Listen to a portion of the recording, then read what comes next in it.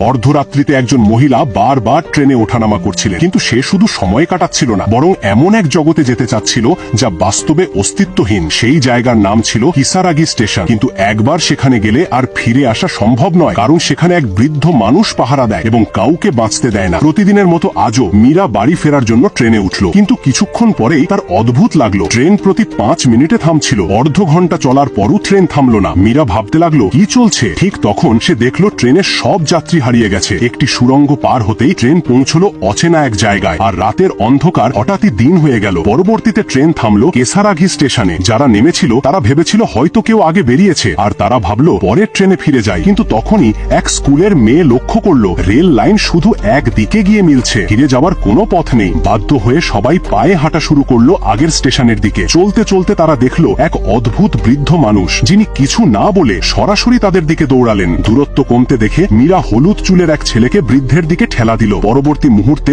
দুজনই আগুনে পুড়ে ছাই হয়ে গেল। সবাই ভেবে